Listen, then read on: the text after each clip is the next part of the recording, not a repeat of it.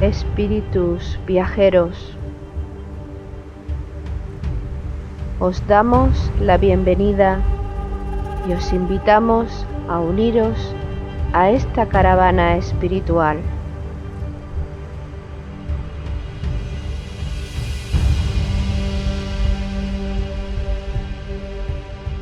Recorreremos los áridos desiertos de nuestro egoísmo personal.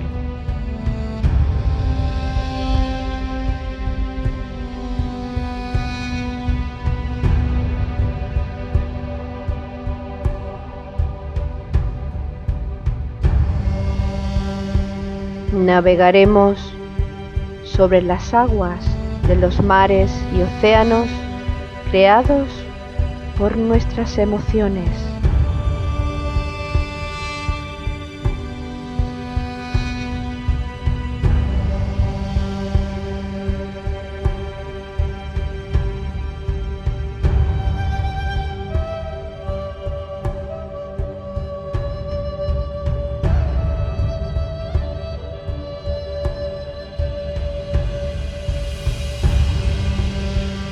Caminaremos por los fértiles valles de nuestro despertar espiritual.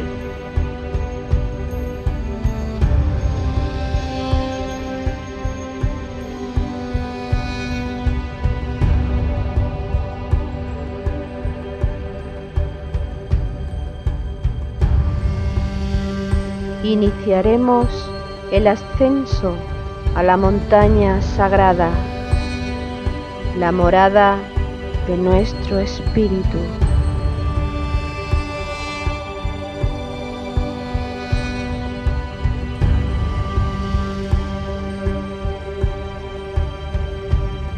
Espíritu viajero, si sientes la llamada de tu corazón deseoso, únete a nuestra caravana hacia Shambhala con alegría y gozo.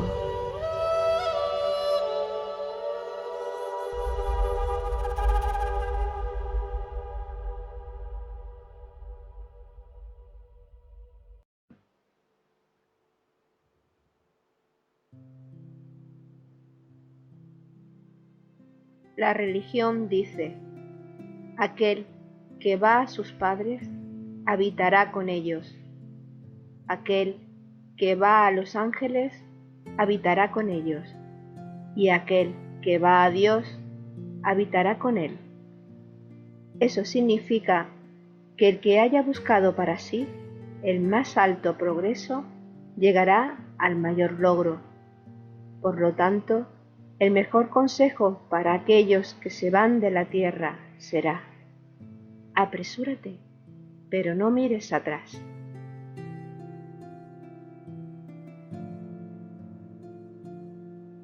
El momento y la calidad de nuestra transición desde el mundo físico hacia el mundo sutil dependerá del nivel de conciencia alcanzado durante nuestra vida, aquí en la Tierra. De ahí la importancia de nuestra búsqueda espiritual y de la aplicación práctica de esta espiritualidad en nuestras vidas.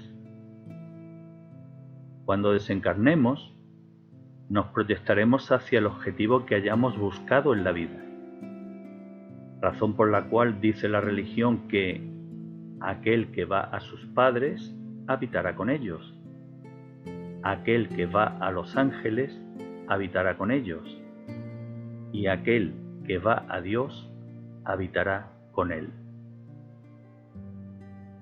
Nuestra muerte será conscientemente dulce si no nos aferramos a la materia, si no nos aferramos a la tierra.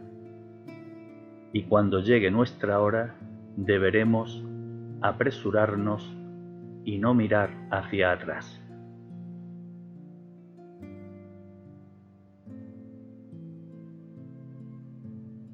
Queridos espíritus viajeros, queridas almas en evolución, os damos la bienvenida a esta quinta jornada de nuestra caravana espiritual hacia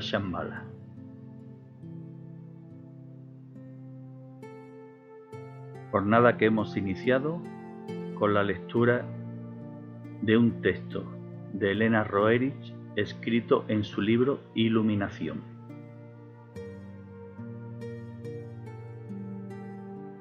Organizan la caravana Loli Bermúdez y Paco Ortiz. Enaltecen nuestras almas con su música Juan Carlos García y Jesús Aragón. Reflexionan espiritualmente junto a nosotros Ana Castro y Jesús Jurado. Y lo hacemos en la compañía de todos los espíritus viajeros que nos acompañáis en la caravana.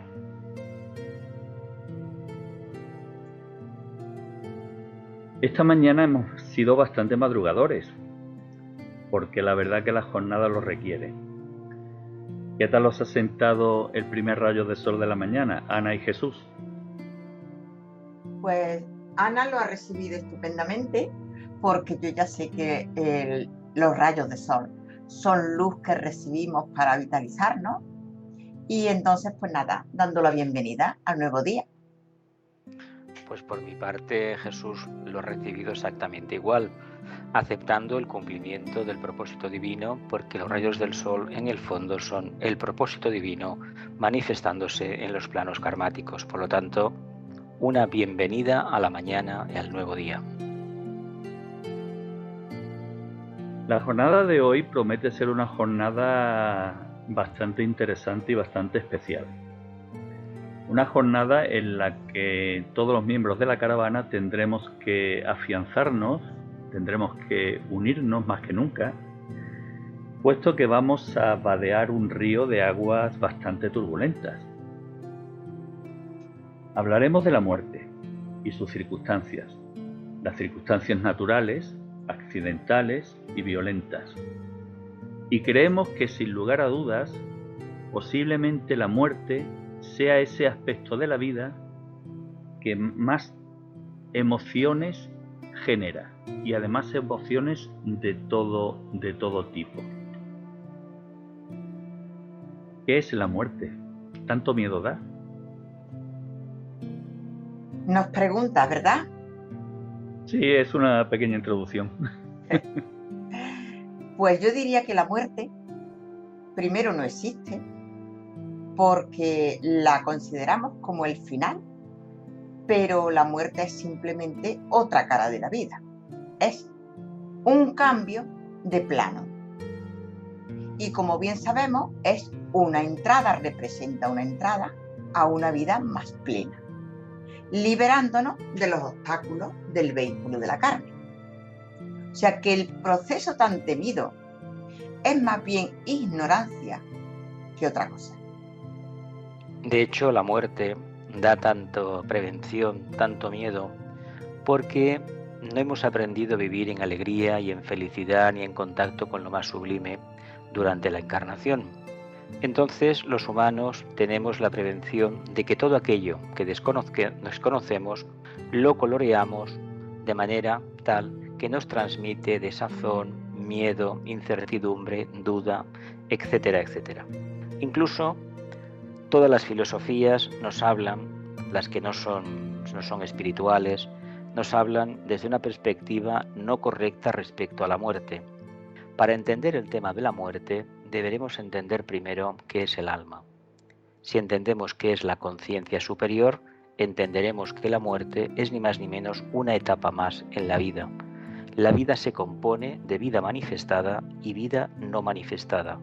Y a ese proceso de abandono de la vida física, de la vida manifestada, le llamamos muerte, pero si le quitamos el miedo y el terror, el horror que nos causa, automáticamente veremos que es un paso necesario para evolucionar.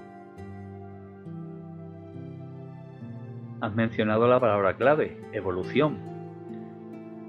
Y venimos haciendo referencia en las jornadas anteriores a las leyes cósmicas, a las leyes universales que rigen toda la vida y toda la evolución del planeta, de la galaxia, del universo en definitiva.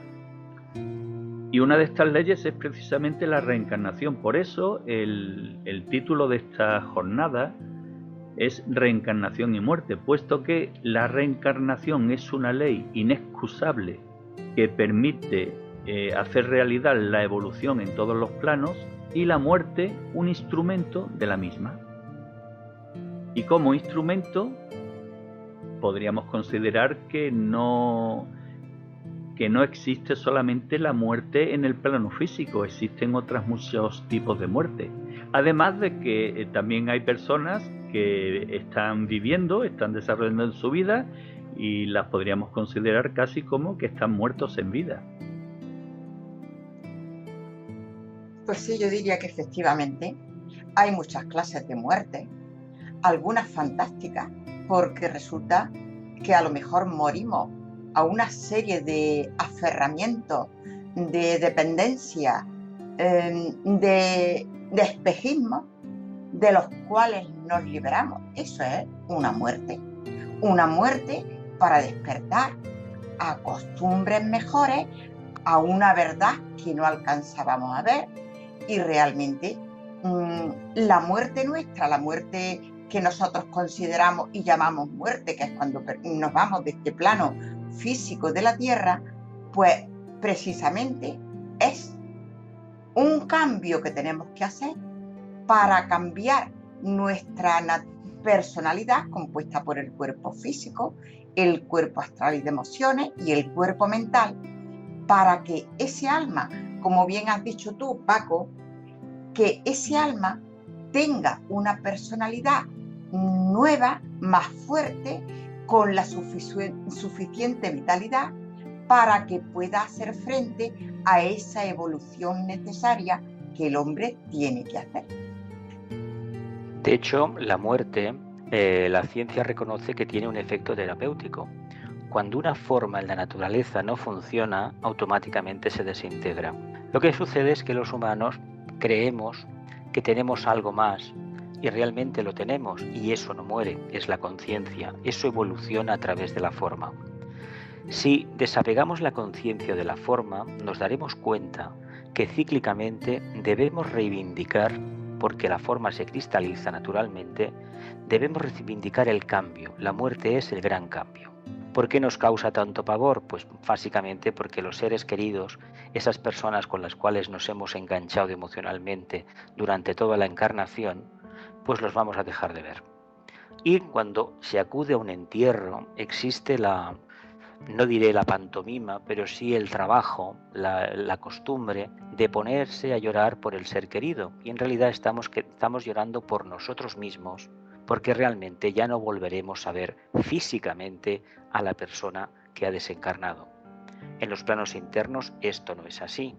Podremos continuar viéndolos, pero con otra vestidura. Pero tengamos en cuenta que cada vez que una forma se cristaliza, se desintegra. Debemos reivindicar el factor del primer rayo, el factor destructor, porque gracias a que morimos, evolucionamos. Y por lo tanto, la muerte, bienvenida sea, siempre y cuando se cumplan los parámetros de una forma natural. Es decir, no reivindicar la muerte tipo suicidio, no hacer un atentado terrorista, etcétera, etcétera, porque eso no está en nuestras manos. Pero sí está en nuestras manos cumplir la vida y dar las gracias de que un día vendrá la muerte, la parca, y nos liberará de la forma. Y por ejemplo, nosotros que nos estamos planteando la muerte de otra manera, ¿qué podemos decirles a nuestros amigos, a nuestra familia, cuando se produce una muerte cercana, cuando hay ese desconsuelo tan grande? ¿Qué podemos hacer nosotros? Yo primero diría que tenemos que aprender a conocer qué somos nosotros, qué es el hombre.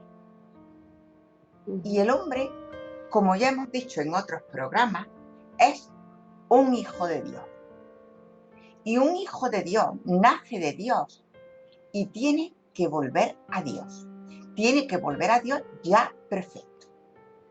Entonces, vivimos aquí con una serie de espejismos. Lo que pasa es que esto en el momento de la muerte no se le puede decir a nadie que esté sumamente afectado, que todavía no haya asumido lo que significa la muerte. sí se puede decir y sí que se puede y se debe explicar en nuestra vida ordinaria, quitar ese miedo, quitar ese espejismo que se tiene sobre la muerte para hacernos pensar que qué somos nosotros, qué estamos haciendo aquí y qué debemos hacer para desempeñar bien nuestro papel. Porque estamos, aunque parezca una vulgaridad, una superficialidad, estamos desempeñando un puesto en la vida. El puesto del hombre es un puesto muy privilegiado, porque está siendo las manos de Dios, de los maestros de la jerarquía aquí en la tierra, para que se cumpla el plan. Para eso nosotros tenemos que evolucionar. Y la muerte forma parte de la evolución. Un padre que se muere, un hermano que se muere, un hijo que se muere, debemos ya de ir viendo que realmente simplemente han cumplido su misión en esta vida y se van ahora al plano que les corresponde. Será tanto menos doloroso cuanto más avancemos en el camino espiritual. De hecho, si aprendemos a vivir la vida en silencio y los grandes acontecimientos que nos han sucedido durante la encarnación, extraemos de ellos una síntesis, vivenciándolos en silencio, analizándolos en silencio, cuando se presenta un punto crítico de la evolución, como es la muerte de un ser querido, en el fondo se nos está diciendo a los que quedamos en este lado, en el plano físico, la conciencia anclada aquí, que la vida como la conocemos es bastante relativa, que no nos aferremos nunca a lo material, a lo denso. Lloramos la muerte de un ser querido, pero porque olvidamos que en el fondo nosotros y el ser querido somos almas, somos chispas divinas, somos uno con Dios. ¿Y por qué lloramos? Por la parte física, que es la que no volveremos a ver más, porque la parte física, como se sabe muy bien, se desintegra. La parte emocional pasará al plano astral, pero desgraciadamente todavía no somos plenamente conscientes del plano astral, ni tampoco del plano mental. Y por eso nos aferramos tanto a lo material, a lo denso. Cuando llegue el momento que como humanos hagamos esa transición hacia un estado de conciencia superior, entenderemos que lo que nos sucede en una encarnación es ni más ni menos que como actores, como almas, representar un papel, el que sea, el que nos toque. Y el papel que nos toque, si lo desempeñamos correctamente, en equilibrio, en armonía, cuando llegue el momento de marchar, tanto nosotros como nuestros acompañantes lo van a vivenciar de una manera tranquila, pragmática. No se trata tampoco de que nos pongamos a celebrarlo y a tirar cohetes, pero sí asumir, como enseñan todas las religiones, que prácticamente la muerte no es el final, ni muchísimo menos. Y la cristiana en concreto habla de la vida eterna. La vida eterna es ni más ni menos que la posibilidad, el regalo de volver a encarnar para continuar aprendiendo. Este enfoque de la muerte, enfoque desde el conocimiento, nos debe servir a todos para de alguna forma modificar nuestros comportamientos respecto a los seres queridos que han desencarnado. Evidentemente el dolor está ahí. El dolor necesita un tiempo de cura, un tiempo de sanación, pero a veces tenemos tendencia a pedirles a ellos, a enfocar nuestros pensamientos hacia ellos, hacia los seres queridos que faltan, y a orar por sus almas. Y aquí posiblemente el desconocimiento hace que incurramos en un pequeño error, puesto que enfocamos la atención de estas peticiones o de estas oraciones en el hecho de que su alma descanse en paz. Y creo que en lugar de hacer esta petición, que descanse en paz, lo que habría que pedir para ayudarla precisamente es que se dirija hacia la luz, que aprenda en el espacio de luz en el que se encuentre, que se dé prisa en buscar esa luz que al fin y al cabo es la luz interior, la luz de nuestra alma, que nos impele hacia lo más sublime. De ahí que a veces el tema de los funerales, del dolor de las familias, de las misas de recordatorio, etcétera, etcétera, todo en función del ámbito social en el que nos encontremos, quizás no tengamos plena conciencia de que más que ayudarlo, posiblemente le causemos un perjuicio a esta alma errante si es que todavía no ha alcanzado el espacio que ella anhela una vez desencarnada. Estamos hablando de tradiciones que al fin y al cabo las tradiciones forman parte de los espejismos, porque claro, una tradición son costumbres que se han instalado en la vida. Y entonces hay las tradiciones de las primeras comuniones, de las bodas, de las muertes, etc. Entonces no vamos a criticar en absoluto las tradiciones de las que todos hemos participado y muchos seguimos participando, pero sí que debemos analizarlas. Y en el caso concreto de la muerte, desde luego lo que menos debemos hacer es llorar, no por nosotros mismos, es que ese ser que se acaba de ir, lo estamos perturbando, lo estamos atrayendo y decimos que descanse en paz, pero efectivamente no lo dejamos que descanse en paz.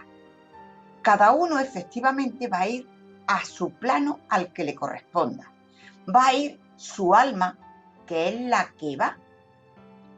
La materia física se queda aquí, se descompone, y la materia y el cuerpo astral se va a ir desintegrando en la medida que ese ser haya ido repasando toda su vivencia en la vida terrena y vaya recapitulando y de alguna manera dándose cuenta del mal que ha podido hacer para poder rectificarlo.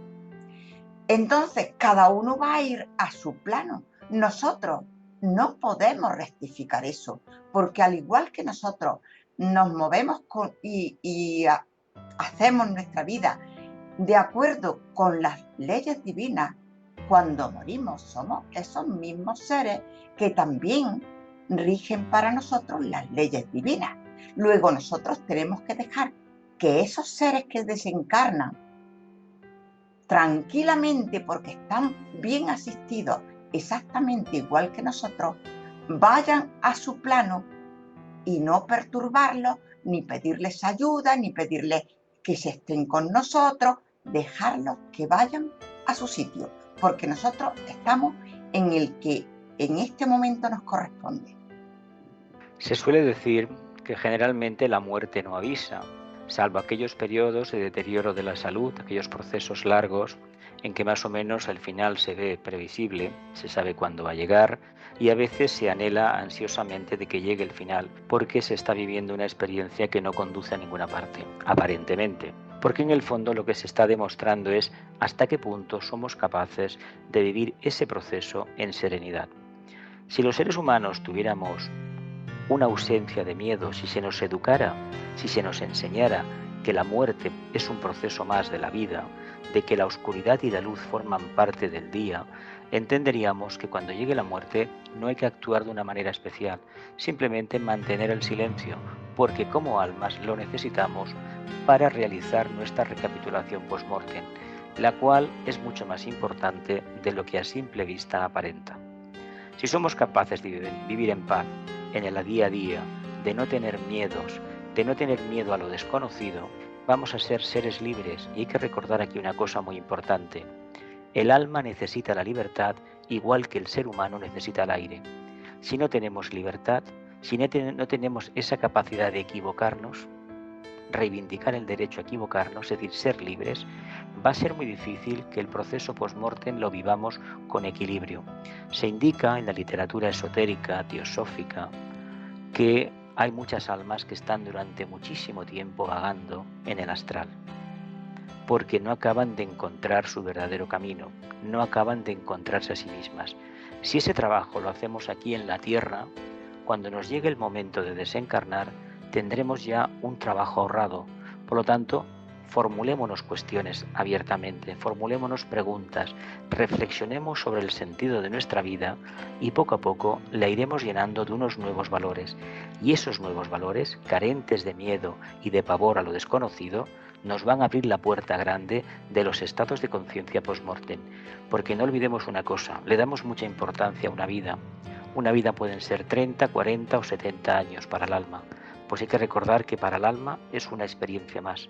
A nosotros nos parece trascendentalísima la experiencia, pero olvidamos que estamos repitiendo curso la mayoría de las veces, que las mismas cuestiones que estuvimos trabajando en la vida anterior genéricamente, en esta nos las encontramos de nuevo. ¿Por qué?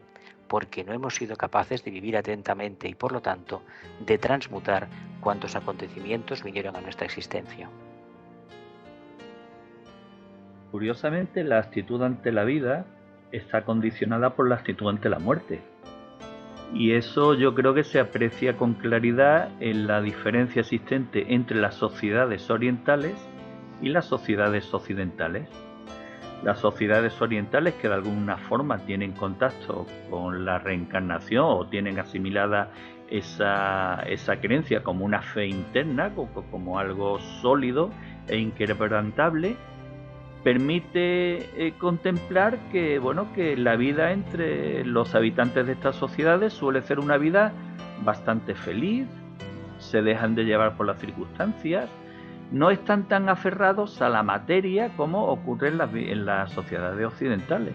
Las sociedades occidentales en las que, en comparación con las orientales, existe mucho más descontento, mal humor, las sonrisas brillan en muchos casos por su ausencia. Ciertamente es importante para afrontar la vida el saber la verdadera naturaleza, el conocer la verdadera naturaleza de la muerte. Es que yo pienso que las religiones orientales están más próximas a la espiritualidad.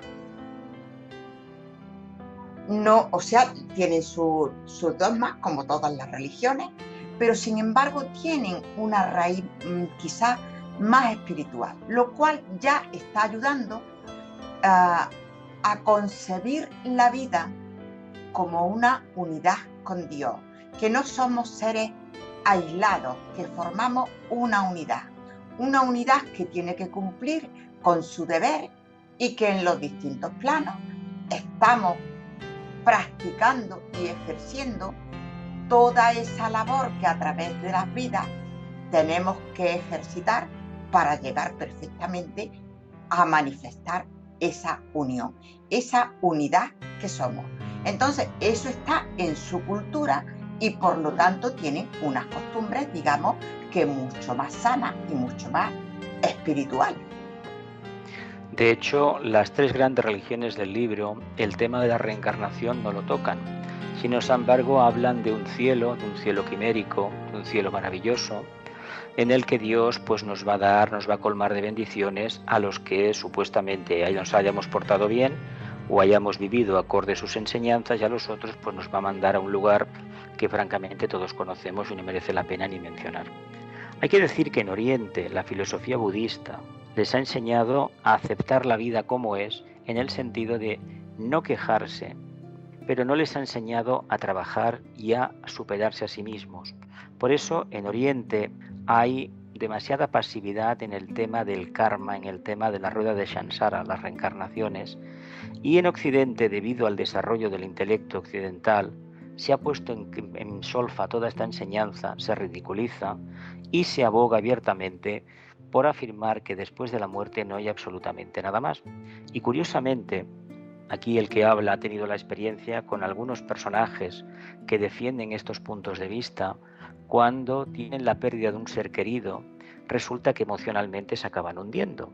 Es decir, algo que no entendemos. Si decimos que Oriente es mucho más emocional que Occidente, ¿cómo es posible que los emocionales entiendan perfectamente cómo funciona la ley del karma, la ley de la justa retribución relativo al tema de la muerte, y en Occidente, que se siguen las religiones del libro mayoritariamente, pues no seamos capaces de entender que la muerte en el fondo es una etapa más, es el final de una etapa, es romper una vestidura para años después, tiempo después, generar otra.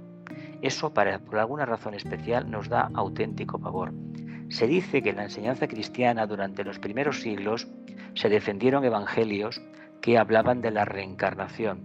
Y de hecho el cristianismo habla de renacer.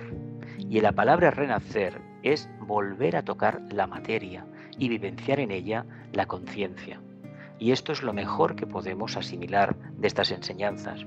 Entender que entre los dos puntos de vista, el oriental y el occidental, debemos mantener un punto neutro de encuentro. Y es que las oportunidades se nos van a dar en función de que entendamos o no el proceso que estamos vivenciando. Si los seres humanos nos hiciéramos preguntas, como apuntaba anteriormente, nos hiciéramos las clásicas preguntas de la Esfinge: ¿quién soy? ¿De dónde vengo y hacia dónde me dirijo? O cumpliéramos el mandato délfico de hombre, conócete a ti mismo, este tema de la muerte lo tendríamos plenamente asimilado y no nos causaría ni pavor ni terror. Sin embargo, tenemos miedo a conocernos. Solamente entendemos el autoconocimiento relativo a las apetencias, a los deseos, y es algo completamente distinto. El autoconocimiento es conocer la propia manifestación del alma. En definitiva, podemos concluir que la actitud ante la muerte es un indicador de nuestra evolución espiritual, pero no solo a nivel individual, sino a nivel colectivo. Exacto. De hecho, las enseñanzas religiosas, pues cada una da sus criterios, y entre sus miembros, cuando se plantean estas preguntas y estas reflexiones a las que tú haces referencia, Jesús, pues hay que encontrar respuestas propias. Y siempre surge la duda de saber qué enseñanza tiene la verdad, o al menos tiene mayor dosis de verdad. A este respecto, creemos muy conveniente leer un texto de Elena Roeris en su libro Iluminación. Solo aquella enseñanza que contiene toda la esperanza, que hace bella a la vida, que manifiesta la acción, puede promover la verdadera evolución. Definitivamente, la vida no es un mercado donde uno puede encontrar un buen baratillo para ganar la entrada al reino de los cielos. Definitivamente, la vida no es una tumba donde uno tiembla ante la justicia del juez desconocido. Nosotros decimos que el hombre está naciendo eternamente, particularmente al momento de la llamada muerte.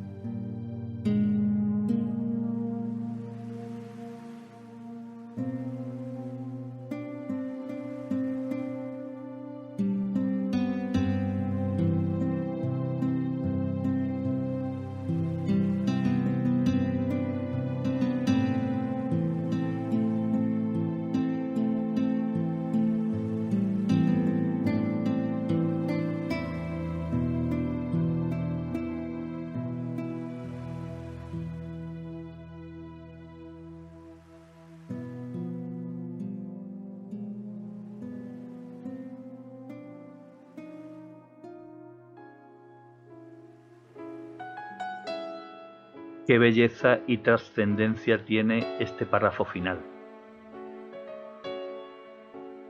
Y yo creo que se hace sin conocimiento de causa, sin saber realmente su significado. En la vida ordinaria se hace muchas veces alusión a esto de lo que estamos hablando, del renacer, pero no se profundiza lo suficiente.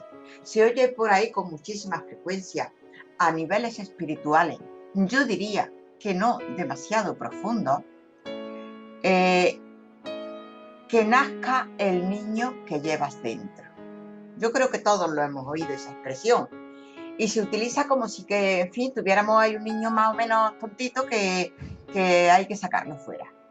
Yo sinceramente creo que la referencia es a nacer una y otra vez, nacer de nuestras cenizas, de que he erradicado unas energías que no estaban limpias y las he transmutado y las he vuelto a sacar con mayor pureza.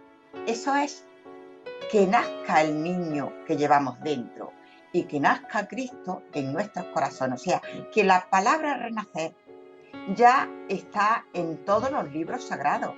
En la Biblia también está el de el que no nazca de nuevo no estará conmigo en el paraíso. Y renacer no tiene otra explicación que nacer a la vida terrena, que es donde realmente evolucionamos, y nacer y transmutar energía y elevarnos más y más hasta asemejarnos al Padre que nos creó, pues somos semejantes a Él.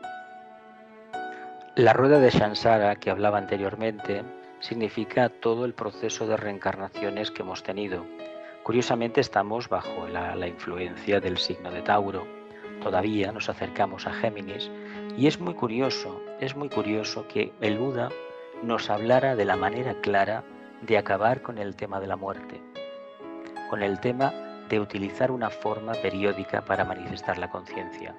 Él nos enseñó que si utilizábamos el mundo del deseo y lo conducíamos al mundo de la aspiración, es decir, si practicábamos el desapego, el silencio interior respecto a las cuestiones de la personalidad y nos abocábamos a lo más sublime, poco a poco iríamos configurando una conciencia que al final, después de un periodo de encarnaciones, se sustraería a la influencia karmática y por lo tanto a la necesidad de utilizar una vestidura periódica. Él nos puso el ejemplo.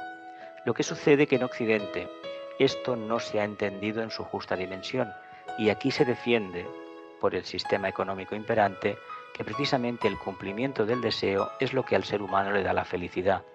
Tal vez se lo dé a la personalidad, pero al alma le causa un grave pavor. De hecho, el alma no vive del deseo, el alma se ahoga en el deseo.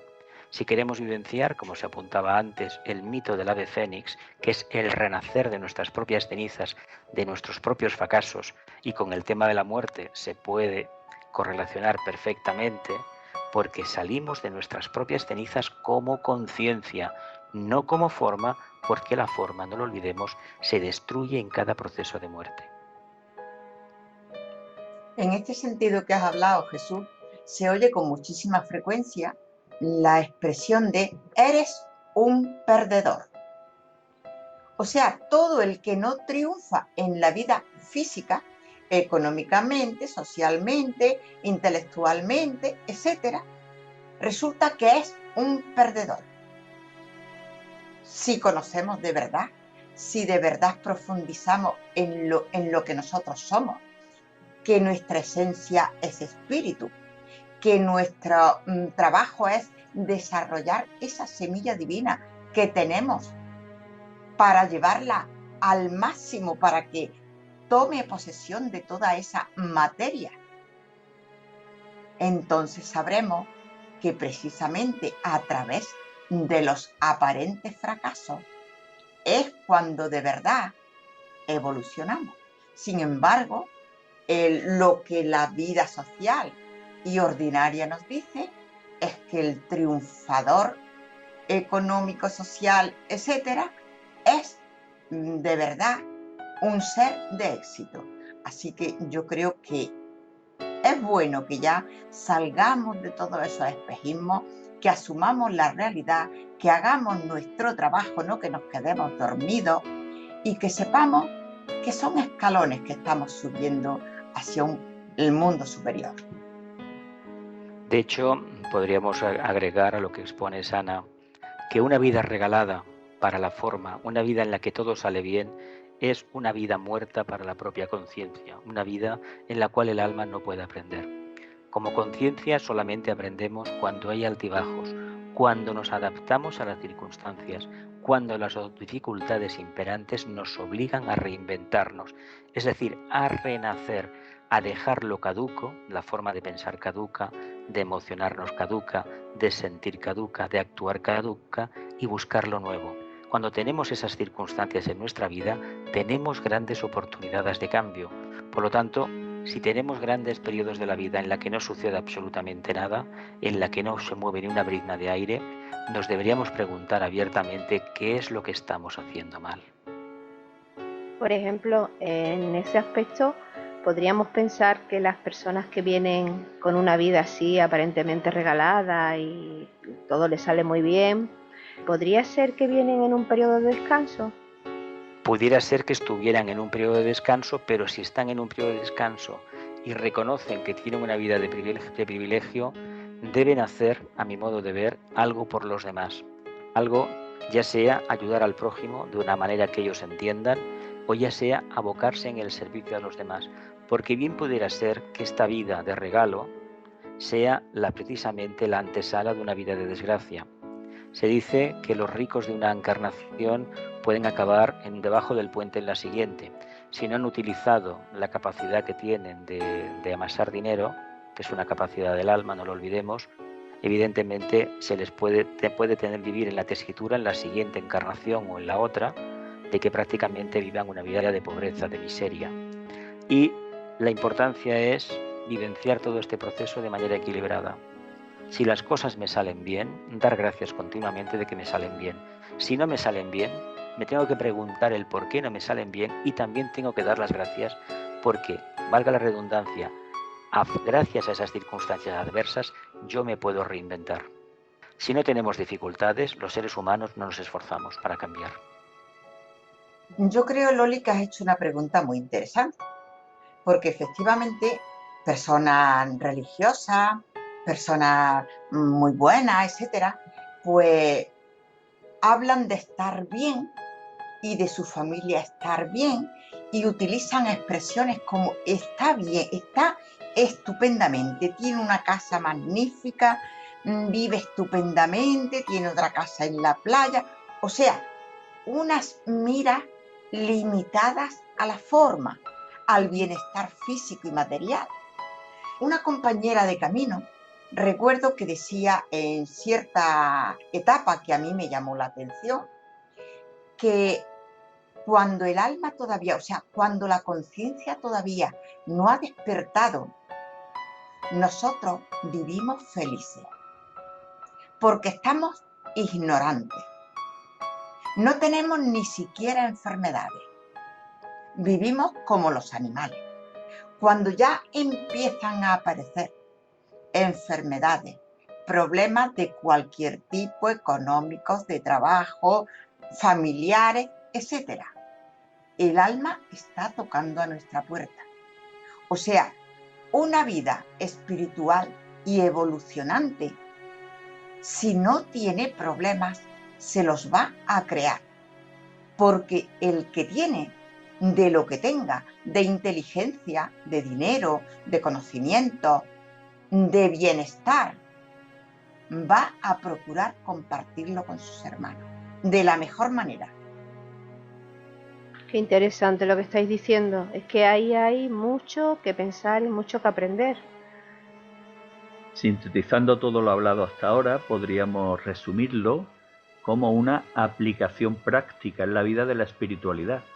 Pero esta síntesis debe de entenderse bajo los dos aspectos, el occidental y el oriental, para que las flaquezas de uno sean compensadas con las benevolencias del otro. Y claro, el punto de partida de esta aplicación espiritual práctica en la vida parte precisamente del reconocimiento interno y certero como que la muerte es un tránsito hacia la verdadera vida y que la reencarnación es una ley evolutiva.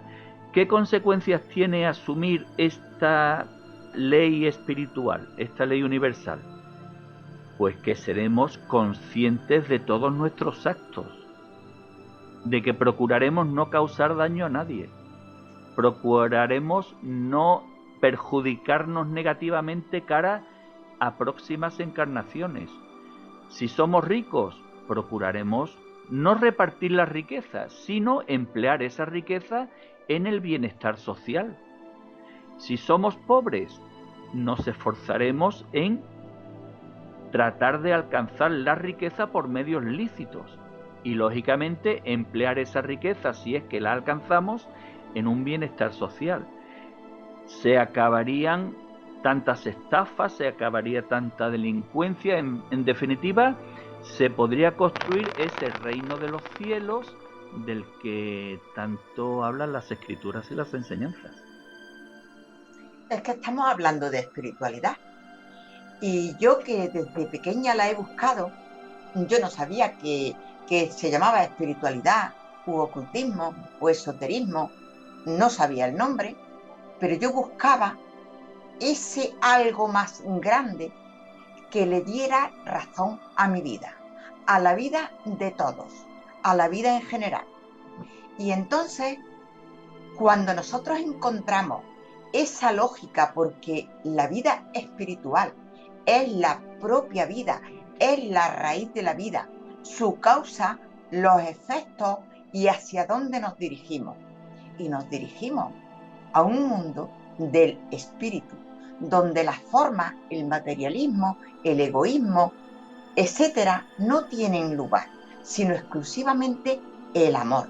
Entonces, en la medida que nosotros vamos evolucionando, vamos adquiriendo o reconociendo o descubriendo la verdad de la vida, nosotros vamos a ser mejores, vamos a tener un comportamiento más justo, y ese comportamiento más justo va a redundar en la sociedad.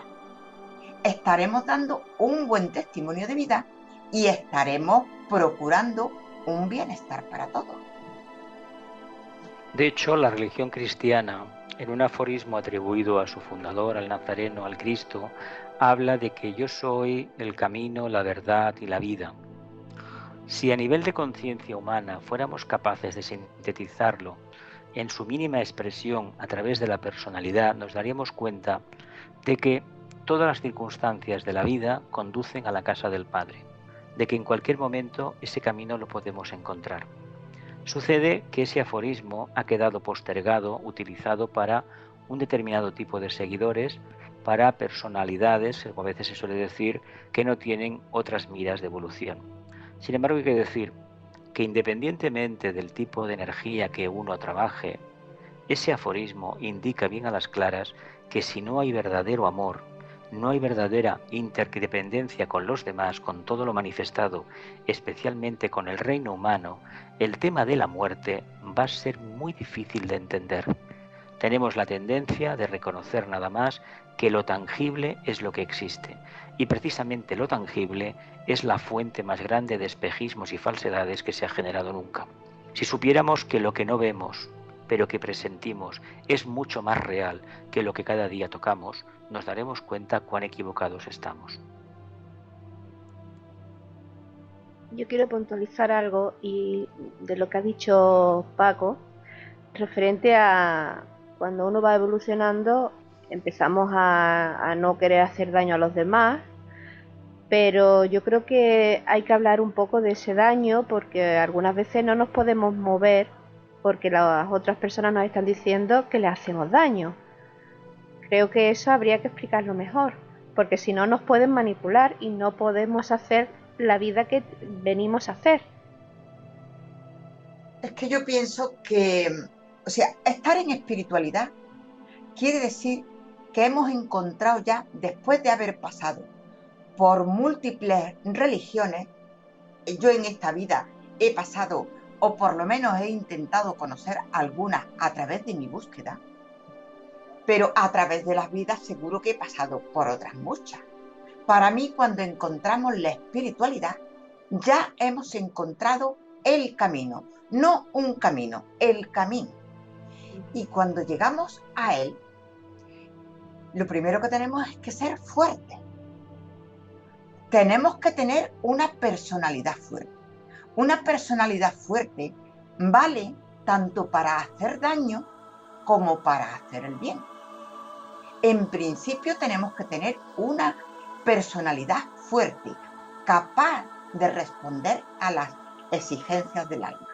Las exigencias del alma son muy fuertes porque en esta vida de espejismo, en la que lo único importante es vestir mejor que nadie, aparentar más que nadie, tener las mayores riquezas, los mejores puestos, etcétera, pues es muy difícil caminar dentro de la espiritualidad, porque tenemos que ganarnos la vida, sustentarnos, pero que para nosotros no sea nada importante la materia ni el puesto en la sociedad que tengamos. ¿Qué tenemos que hacer? Ignorar cuando ante nosotros se nos pone un obstáculo que perturba nuestro trabajo espiritual. Es absolutamente necesario ser fuertes. No quiere decir que vayamos a decir yo soy mejor que tú y no te hago caso. Por supuesto que no, cada uno tiene su punto evolutivo, pero indiscutiblemente tenemos que ser fuertes para, pese a las consecuencias que podamos tener, cumplir con nuestro deber. De hecho, deberíamos cambiar el paradigma, es decir, la enseñanza actual que existe respecto a la muerte en la sociedad civil. Esta enseñanza, como sabéis, queda reducida a determinados grupos espiritualistas que intentan manifestar que la muerte tal como se expresa no existe, es un tránsito más. Ojalá llegue pronto el día que en las escuelas a los niños se les enseñe y se les explique abiertamente qué es la muerte. Yo recuerdo de pequeño, cuando había una muerte en la familia o en el entorno, a los niños se les apartaba automáticamente porque se decía que los niños no deberían de sufrir. Y precisamente los niños sufríamos más cuando hacíamos preguntas y no se nos daban respuestas correctas, se nos soltaban a veces auténticas pamplinas. No olvidemos que los niños son muy inteligentes, lo captan todo. Y cuando se les da una respuesta inteligente, los niños la aceptan. Cuando se les engaña, los niños no lo pueden aceptar. Por lo tanto, cambiemos el paradigma de la enseñanza respecto a la muerte y empecemos a hablar de términos nuevos. Empecemos a hablar ya definitivamente de que forma parte de la vida y que la vida, además, es una continua reencarnación, la vida entendida como conciencia que se va manifestando periódicamente en formas temporales. Si apostamos por esta enseñanza, que en Occidente va en contra de ciertos postulados todavía de las iglesias dominantes, vamos a generar sociedades en que no exista este miedo atávico a lo desconocido y en las cuales el tema de la muerte hoy por hoy no deja de ser una cosa completamente paralizante y frustrante al mismo tiempo, cuando debería de ser un punto de reconocimiento, de recogimiento interno y de alabanza a la propia evolución. Para dar continuidad a este comentario que acabas de realizar, Jesús, sobre el miedo atávico a la muerte, escuchemos lo que al respecto nos dice Elena Roerich en su libro Comunidad de la Nueva Era. El miedo a la muerte es el medio más severo para juzgarse a sí mismo. El miedo a la muerte esquiva el crecimiento y envidia a cualquiera que le da la bienvenida al cambio de vida. El temor a la muerte es de un terror indescriptible. No es un estímulo a volar, sino una helada parálisis.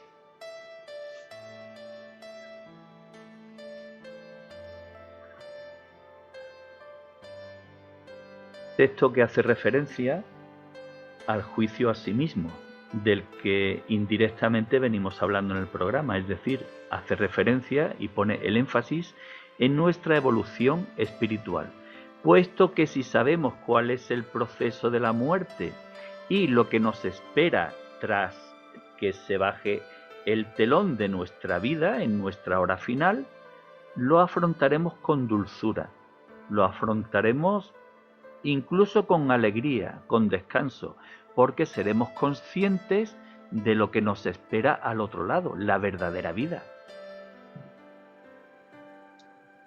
Yo creo que el miedo a la muerte precisamente está en unos casos en pensar que la vida termina con la muerte.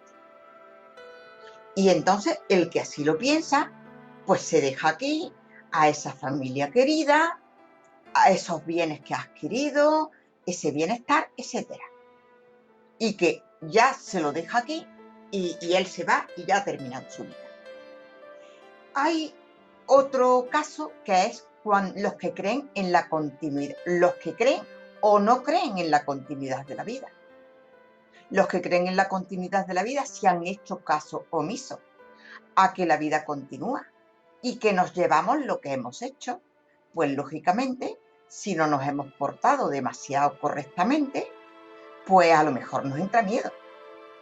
Y los que no creen en esa continuidad de la vida, con frecuencia, en la hora de la muerte, les viene la duda de ¿y si todo esto era verdad y yo no he hecho ningún caso? O sea, esto lo que nos invita, para mi criterio, es a profundizar en lo que es la vida, en lo que es la muerte, si tiene todo esto razón de ser o no tiene razón de ser. Para mí, desde luego, si la vida fuera nacer y morir y ya no hay más, esto no tendría sentido. Y yo no creo que el universo creado por un ser tan supremo que no podemos conocer porque tenemos limitaciones para reconocerlo, no puede ser un nacimiento y una muerte. La vida tiene un sentido infinitamente mayor, que es en lo que tenemos que profundizar. Y la muerte forma parte de la vida. Bueno, Ana, pues te voy a recoger el guante que has lanzado y vamos a profundizar en el proceso de la muerte, del que hemos dado algunos indicios, pero queda todavía bastante que hablar. El gran maestro, Jesús Cristo el Nazareno, nos dio varias claves al respecto. Escuchémoslas en la voz de Loli, leyendo el texto de Elena Roeris, Iluminación. En verdad, Cristo dijo: tú no sabes el día ni la hora. Él también reveló otra verdad cuando dijo: porque me has abandonado, oh Señor. Esto se refiere al conocimiento del Espíritu. En el último momento, antes de la consumación del ciclo terrenal, nos sumergimos en un aparente vacío para que todos los fuegos acumulados puedan ser lanzados hacia afuera de una vez, restringiéndolo. La conciencia del pasado se puede alcanzar el salto sobre el abismo.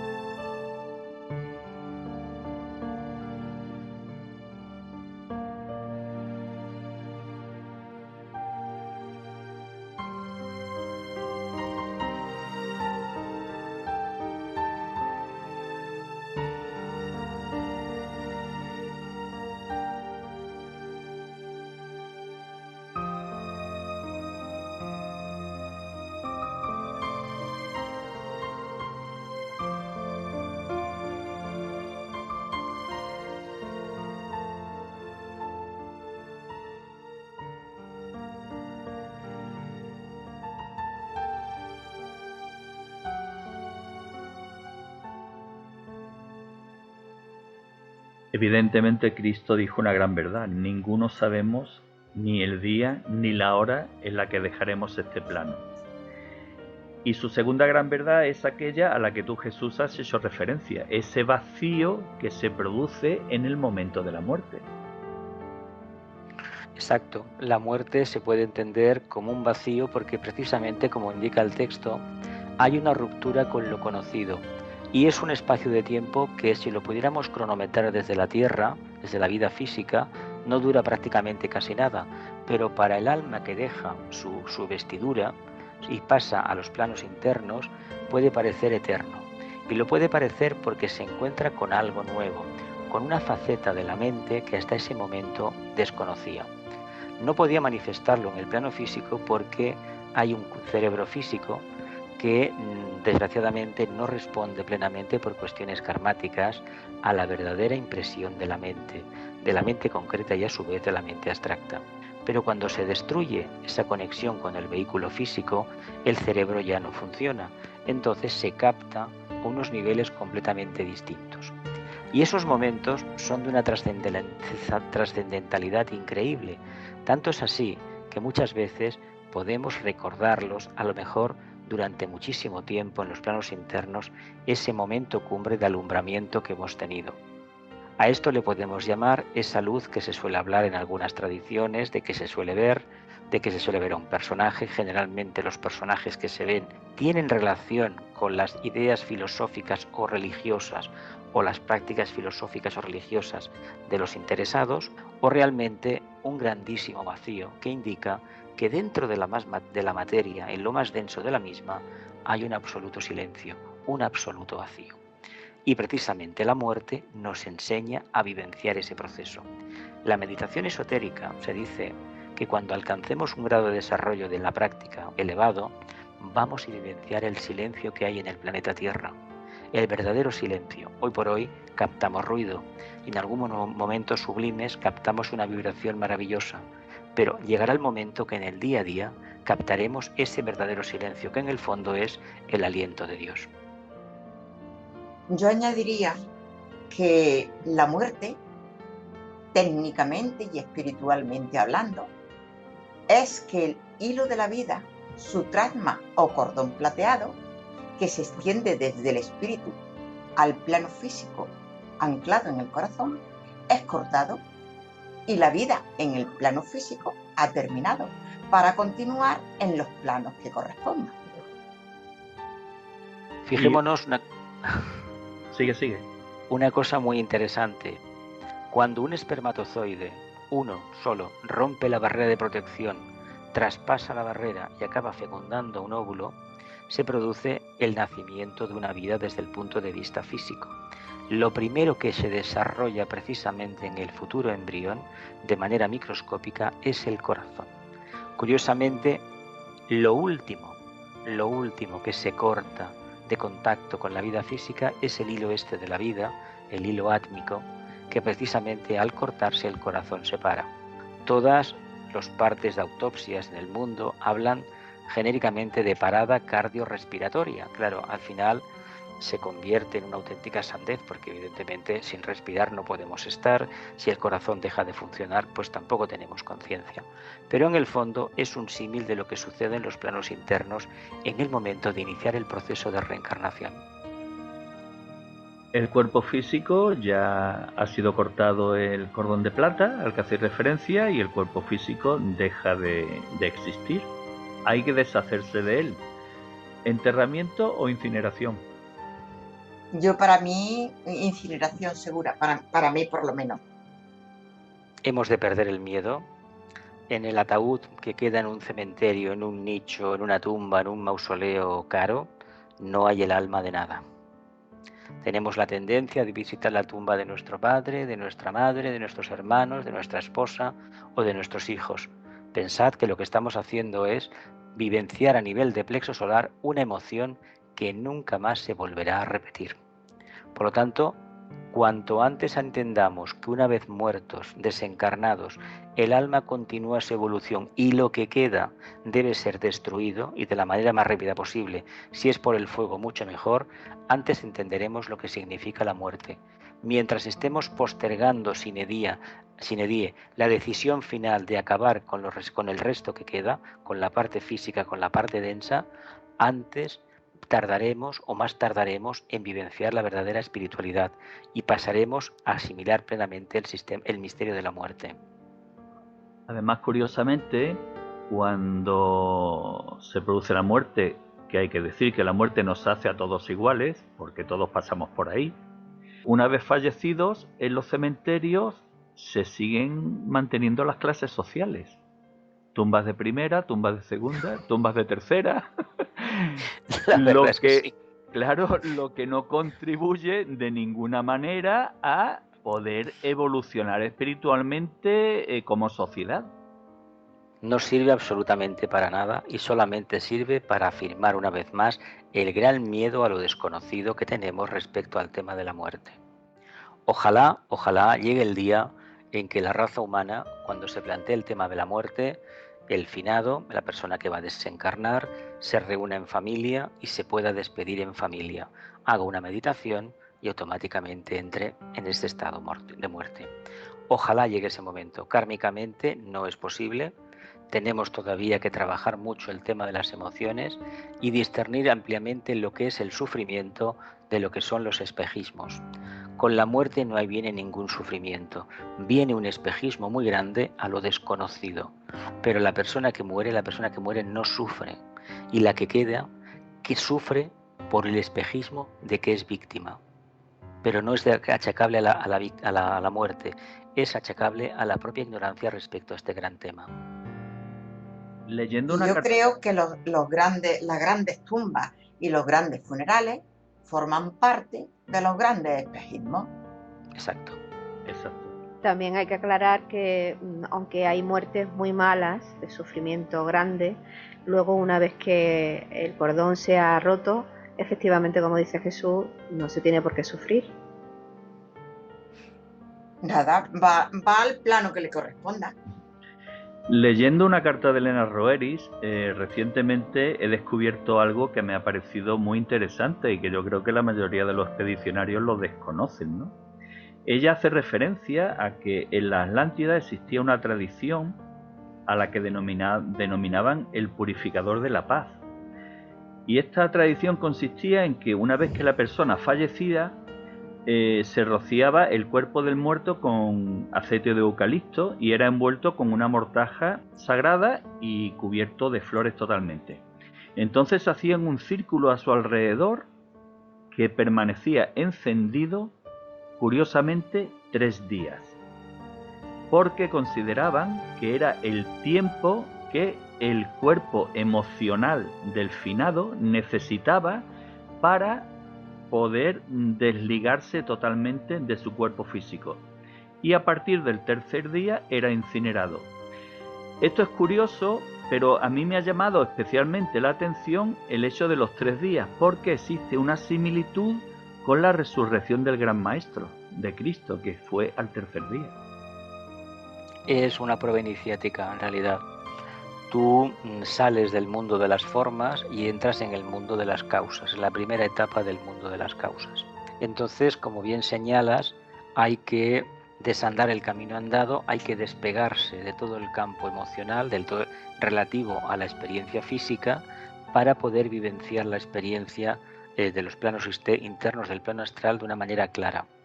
Evidentemente, la tradición esotérica revela grandes misterios cuando pone los 3 días, que es el periodo, el número 3 de un triángulo, en el cual se puede hacer un proceso de catarsis increíble, proceso de transmutación que como almas necesitamos. Sucede que en la vida moderna, tener 3 días o 4 en un tanatorio a un finado, pues resulta un difunto, resulta caro y oneroso, y muchas veces no se acaba entendiendo el porqué. Y también hay que insistir en algo muy importante. Lo peor que podemos hacer delante de un ataúd con un cadáver dentro es ponernos a llorar o a decirle abiertamente lo que le queríamos o pensar abiertamente lo mal que pensábamos de él. Debe de estar aparte, no nos deberíamos reunir delante del cadáver, solamente en el proyecto final de la incineración. Yo entiendo que esta costumbre de la era Atlante en la actualidad se ha mejorado y perfeccionado con el conocimiento y la evolución. Y de ahí que prácticamente casi está implantada de forma general la cremación. Y bueno, entonces, ¿qué hacemos con la costumbre esta que hay de velatorio y todas esas cuestiones? Porque yo, por ejemplo, hace muchos años que he dejado dicho a mi familia que cuando me llegue la hora, el que se quede, el que esté vivo, El que Paco. hoy el Paco dice que no, que vas a ser tú. Bueno, total, que me dejen 3 días, que me dejen en el depósito, que se vayan a sus casas, se lo pasen bien y al tercer día que me incineren. Creo que esto hay que hablarlo con la funeraria. Hay que pagar la nevera, hay que pagar la nevera, Exacto. pero si uno no quiere sala de velatorio, lo puede decir claramente que no quiere sala, ¿eh? Ajá. Estás en la nevera y allí no entra nadie, y quien quiera pues que se vayan a cenar o a brindar a tu favor o en tu contra. Pero allí no, porque precisamente en los tanatorios y en los cementerios las energías no son precisamente de lo más elevado, ¿eh? Pues no. Mira, a mí como el Paco efectivamente me va a sobrevivir, pues él se va a encargar de dejarme los 3 días. Me va a De dejar marrón. cumplir tu voluntad. Yo Exacto. comprobé esto en la viuda de Vicente Beltrán, Leonor. Estuvo 3 días en un frigorífico. El cuarto día dejaron entrar a la gente y el quinto día la incineraron. Ella lo dejó escrito, lo dejó así, se lo pidió a la gente más allegada y lo consiguió. La verdad es que lo consiguió, sí, sí. Hombre, yo creo que pagando. No, pagando se puede hacer. A ver, esto son cuestiones que se puede uno decir, mire, yo quiero esto y no quiero ni flores ni quiero nada más. Quiero esto y que el cuarto día se abra el tanatorio, si se quiere, y luego se me incinere, mis santas Pascuas. Ajá. Bueno, ya hemos incinerado al difunto. Tu cuerpo astral ha vagado al mundo sutil. Mundo Está en el- sutil que podemos dividirlo en dos partes. Mundo sutil inferior o astral, que es el mundo de los deseos, y mundo sutil superior o mental, que digamos es el mundo de los seres más luminosos, ¿no?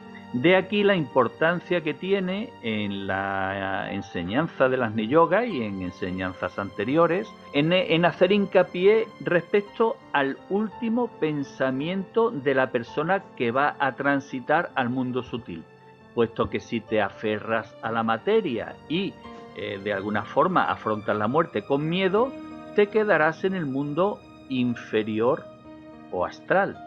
Mientras que si tu anhelo es la divinidad, los seres luminosos, el bien común, etcétera, etcétera, posiblemente tu estancia en el mundo astral será mínima y podrás dar el salto al mundo que realmente anhelas, puesto que el pensamiento es quien nos proyecta. Es que yo entiendo una cosa. Yo entiendo que nuestros últimos pensamientos van a estar en consonancia con la vida que hemos llevado. Una vida afirmada en la espiritualidad va a morir con serenidad y con pensamientos absolutamente serenos y de luz. No creo yo que un momento al final de nuestra vida vaya a determinar, realmente ha determinado, porque el último momento de nuestra vida va a ser la consecuencia de la vida que hemos vivido. Yo lo entiendo así. De hecho, el último pensamiento, por eso las tradiciones religiosas y filosóficas, sobre todo las filosóficas, nos enseñan abiertamente las escuelas de misterios a realizar cada día, antes de irnos a dormir, una recapitulación del día. Y nos enseñan a hacer trabajos para salir del cuerpo conscientemente, para cuando llegue el momento en que la parca nos visite, en que la muerte nos visite, que sea el último día, lo hagamos de manera consciente, saliendo por el orificio de la cabeza que nos corresponde. Pero hay que recordar que todo esto es debido a una recompensa que tenemos por nuestro propio nivel de conciencia. Por lo tanto, no todo el mundo lo va a vivenciar así. Pero sí dicen las religiones que nos hemos de ir a dormir precisamente con pensamientos positivos. La religión católica en su momento, cuando éramos pequeños, nos enseñaba a invocar continuamente al ángel de la guarda. Y nos decían aquellas frases tan misteriosas, tan hermosas, de invocación a nuestro ángel, que no nos desamparara ni de noche ni de día, el ángel de la guarda, dulce compañía. En otras tradiciones existe algo parecido. ¿Con qué propósito se ha enseñado esto?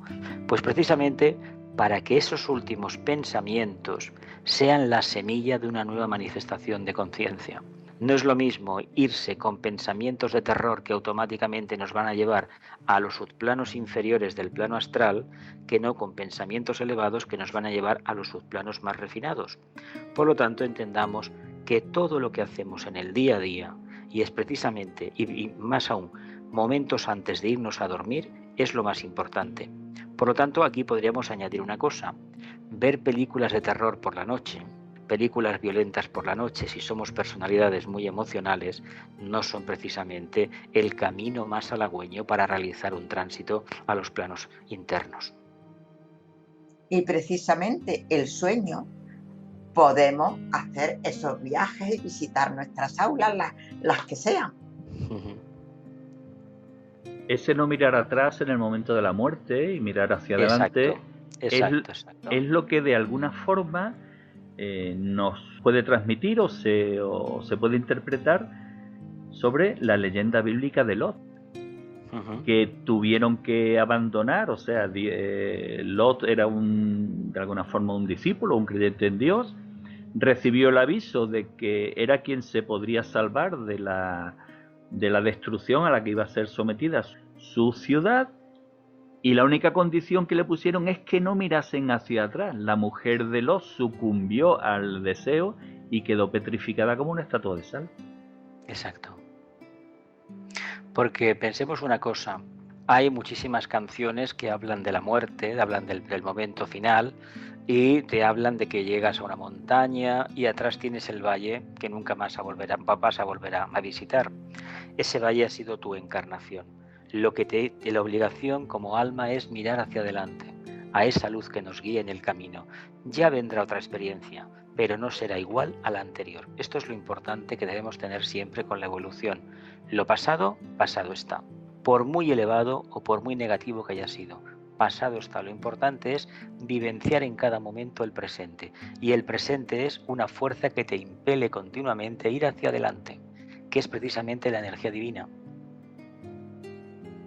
Y cuando este alma que ya ha desencarnado y ha visitado el mundo astral llega a este mundo astral, su estancia no tiene por qué ser bonita y maravillosa, también puede ser bastante tumultuosa, ¿no? Exactamente igual que en la Tierra.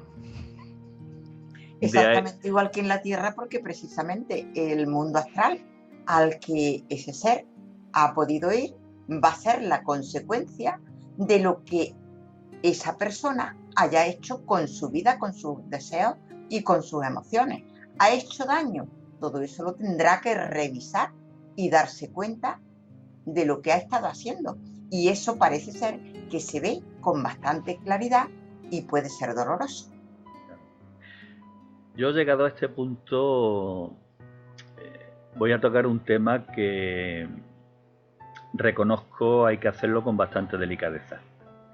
Estamos hablando del dolor que puedan sufrir los seres desencarnados en el mundo astral, pero hay que tener en cuenta que la reencarnación crea un proyecto de vida, con una elección de padres, con una elección de vida en definitiva, y con un punto y final a esa vida.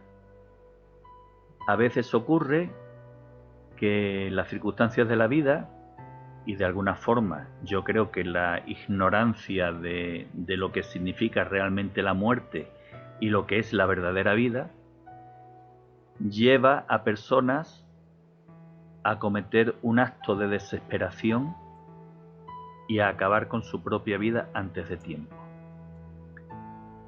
Cuando esto ocurre, debemos contemplar estos casos con profunda compasión y con muchísimo amor, puesto que no debemos de culpabilizarlos por ese acto de desesperación que han cometido.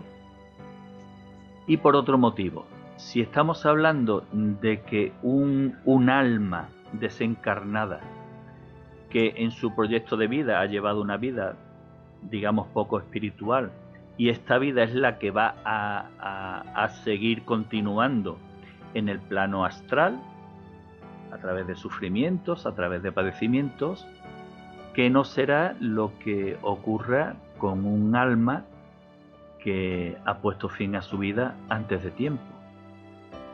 En realidad, el tema del suicidio es un tema muy complicado, muy complejo, y tampoco podemos mencionar nunca la soga en el caso del ahorcado. Hemos de tener en cuenta que el suicidio es fruto de la edad del alma. Almas jóvenes pueden recurrir a él, de hecho seguramente que nosotros en vidas lejanas tuvimos esta salida tangencial, nos saltamos las reglas a la torera.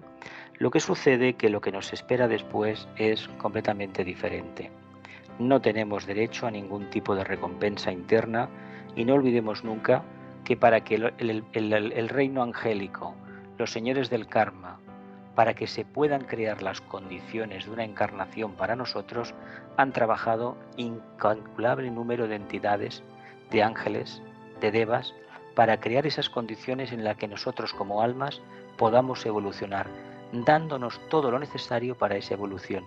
Si nos saltamos esa regla, no tenemos derecho a tener una encarnación después que sea precisamente lo que nos merecemos, sino una en la que nos tendremos que reinventar y en unas condiciones mucho más difíciles que las que teníamos en el plano físico, aparte del sufrimiento que vamos a tener, es decir, las adversidades que tendremos en los planos internos. Claro, hablar del suicidio no podemos decir a la gente no te suicides, porque cuando un ser humano tiene una dificultad mental o emocional, es capaz de cometer barbaridades, auténticas monstruosidades. ¿Pero por qué nos pasa esto? Básicamente porque no tenemos capacidad de reflexionar y sobre todo de relativizar todo lo que nos acontece en el día a día.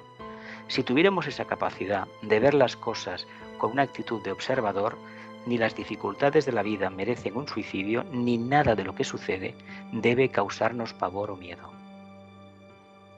Podríamos añadir aquí algo porque efectivamente es un tema complejo y delicado, que cualquiera puede tenerlo en su familia, o seguro que lo hemos tenido y no lo recordamos si ha sido en otras vidas. Pero yo diría que efectivamente, y como ha dicho Paco, miremos a estos seres y a estos familiares con absoluta compasión. Primero, porque nosotros no tenemos derecho a juzgar a nadie. Si los juzgamos, seguramente estamos equivocados porque no conocemos todo el círculo que rodea ese hecho y a esa persona. Y tercero, porque un ser que se suicida muy posiblemente ha podido no estar en su sano juicio en esos momentos.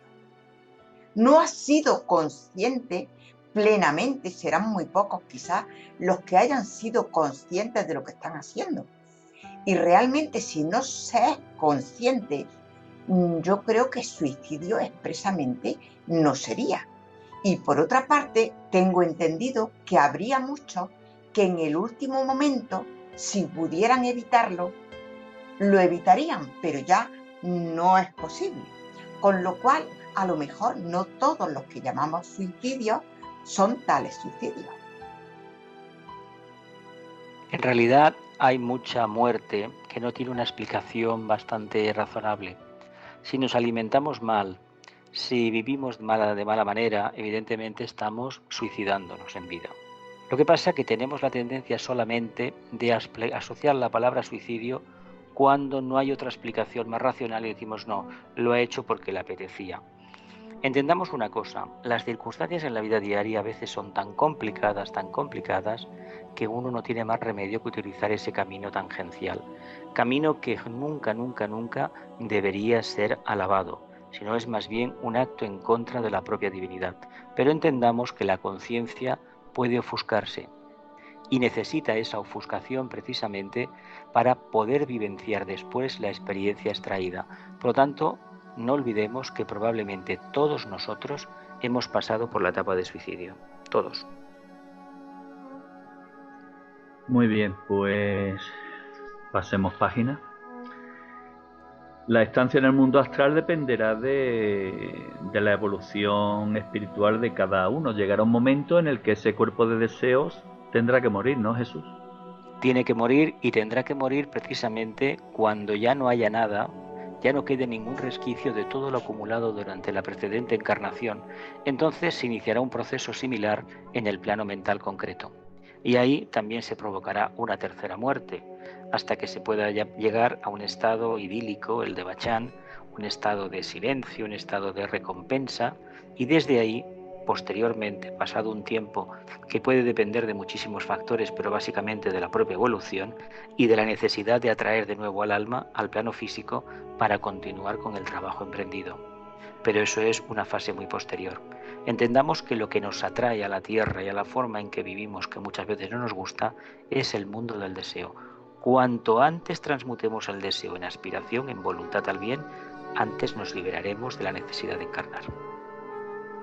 Ese estado del Devachan es lo que realmente ya un estado de descanso. O sea, ahí el ser sí que está descansando plenamente. Y ese estado de Devachan es digamos, el preparatorio de la nueva reencarnación. Básicamente sí. De ahí se eliminan o se activan esas tendencias más positivas que se han querido trabajar en la Tierra. En algunos aspectos, según la literatura teosófica, parece como un estado, como un poco de conciencia, un poco basado en un espejismo, pero es necesario que como almas pasemos por ese estado de conciencia para estar mucho más preparados para la siguiente prueba, que es la futura encarnación, que se va a hacer, no lo olvidemos, según la semilla alcanzada, la síntesis alcanzada en la anterior, tanto del vehículo físico, del emocional como del mental concreto. Por lo tanto, de una encarnación a otra, como almas, hay pocos cambios. Solamente cambia la forma en que nos manifestamos y el medio ambiente. Pero la esencia, tarde o temprano descubriremos que es exactamente la misma. Ha mejorado un poquito nada más. Pues yo no sé vosotros, pero yo estoy deseando ya de reencarnar en el próximo programa.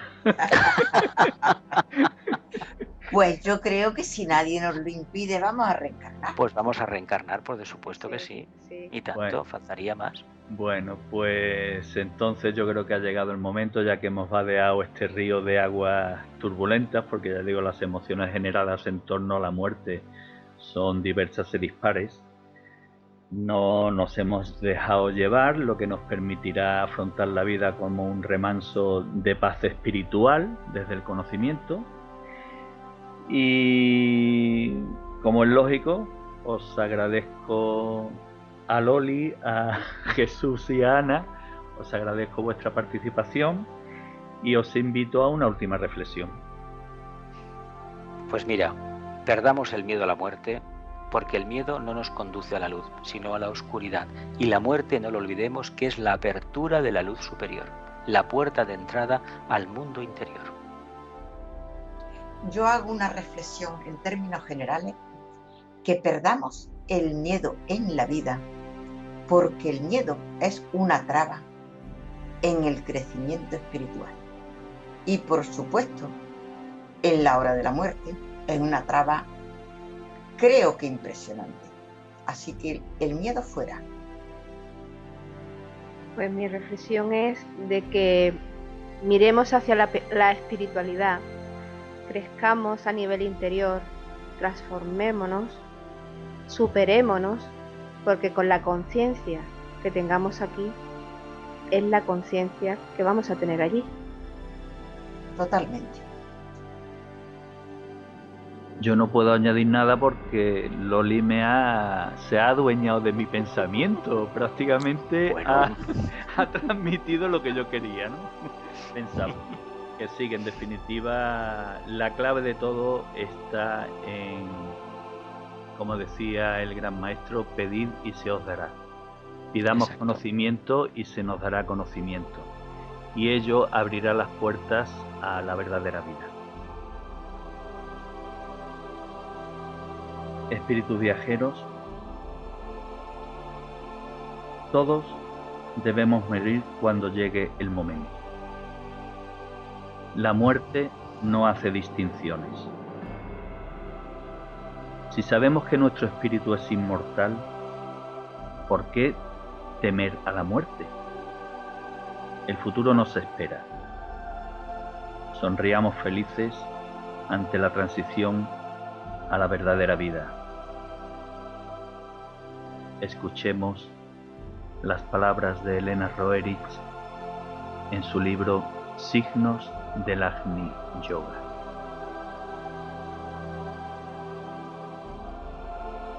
La gente que teme al cambio, a lo más que le teme es ante todo a la muerte. Temen pensar en ella y piensan en el presente como la última condición. Hasta la piel sobre nuestro cuerpo está renovándose constantemente y sin embargo no llamamos a los sepultureros para que entierren la epidermis mudada. Entonces, ¿por qué no dibujar una línea paralela desde el microcosmos hacia el macrocosmos, recordando todo lo dicho en el Bhagavad Gita sobre la indestructibilidad del espíritu?